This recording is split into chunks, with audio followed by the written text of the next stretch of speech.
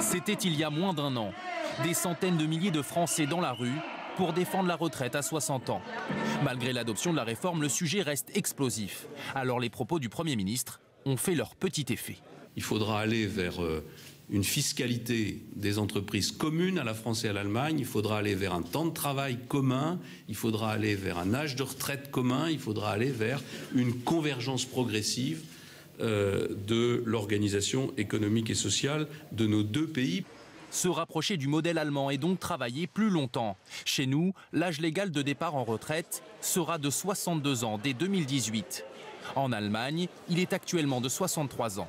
Mais la comparaison a ses limites, car en France, il faut cotiser 41 ans et demi pour pouvoir toucher une retraite sans décote. En Allemagne, c'est beaucoup moins, 35 ans à peine. Quant à l'âge pour partir à taux plein, il sera à terme le même, 67 ans. Pour les syndicats, comparer les deux systèmes est une mauvaise idée car la France possède une natalité bien supérieure.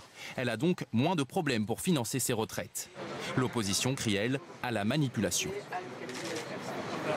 Nous avons aujourd'hui une réforme qui n'est pas financée et nous avons une réforme qui est parmi les plus injustes d'Europe. Et le gouvernement continue à raconter des contre-vérités. Côté temps de travail, la durée hebdomadaire est fixée à 35 heures en France contre 37 en Allemagne. Mais dans les faits, sur une année complète, les Français travaillent un peu plus que les Allemands.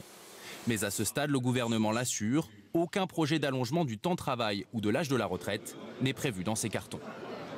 Voilà pour ces précisions sur ce projet de convergence. Bonsoir Arnaud Boutet, vous êtes en direct à Berlin. Bonsoir. Qu'en dit-on en Allemagne ?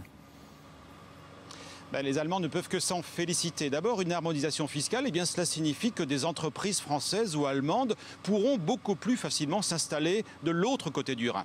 Et puis, il y a, et c'est peut-être encore plus important, le geste politique. Harmoniser, cela signifie montrer l'exemple à tous les pays européens et peut-être à terme imposer une fiscalité commune. Alors là, se dessinent peut-être les contours d'un gouvernement économique avec, c'est vrai, un axe franco-allemand qui serait renforcé. Mais voilà, les Allemands considèrent que cette triple convergence s'apparente surtout à un alignement de la France sur l'Allemagne. Il faut savoir que les gouvernements précédents, qu'ils soient de droite ou de gauche, ont toujours demandé aux Allemands de travailler plus longtemps, de gagner moins d'argent. Dans le même temps, le pays a su investir et gagner en compétitivité. Alors c'est vrai que ces sacrifices ont finalement été payants.